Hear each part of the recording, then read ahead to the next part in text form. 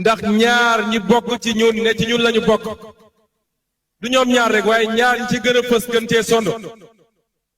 xam nañu problème ak jubal jubbanti kenn ki rapport IGE bu épinglé na ko ci lu ëpp 2 milliards ak quelque te bind naa président de la république wax ko ne ko kii mënatul nekk si ñun parce que mënuñu jàpp ay nit di leen tëj ba pare mu am ñoo xam ne rapport épinglé lañ ñu toog fii yor seen làmmiñ di wax.